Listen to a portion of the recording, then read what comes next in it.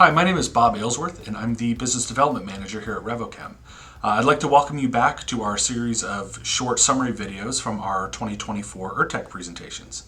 Today I'm going to share some highlights from a really cool paper that we wrote with PetroHunt, and the incredible team over there included Dan Carson, Helm Donahue, and Michael Manigold.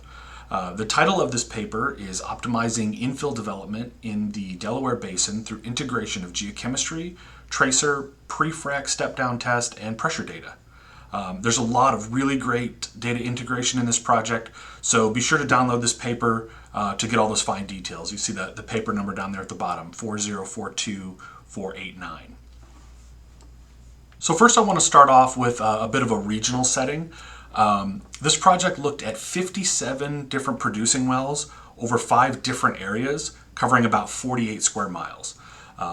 From our initial production allocation, we saw that when you compare well pairs targeting the C1 and the B1 in the northwest and east areas, we saw about a 60 to 65% drainage difference.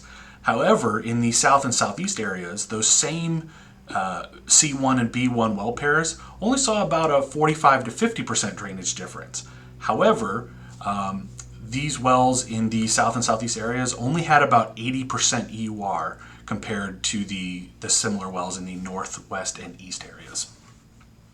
Another interesting observation is the unexpected out-of-zone contribution of both oil and water in certain wells. These wells here targeting the B1 zone actually drained very little from their target and saw significant out-of-target contribution.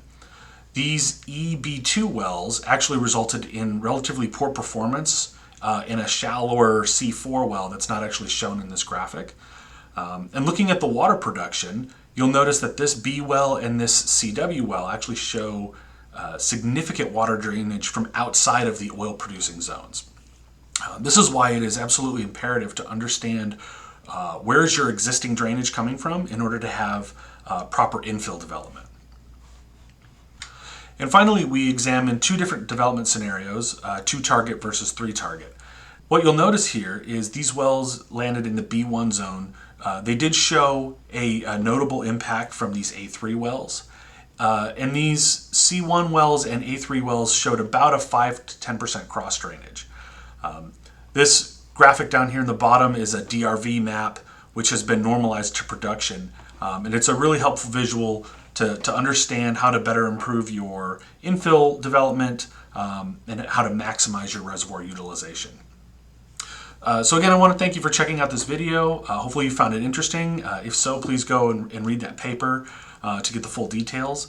And stay tuned for some additional review videos for projects in the Uinta and Anadarko basins. Thank you very much.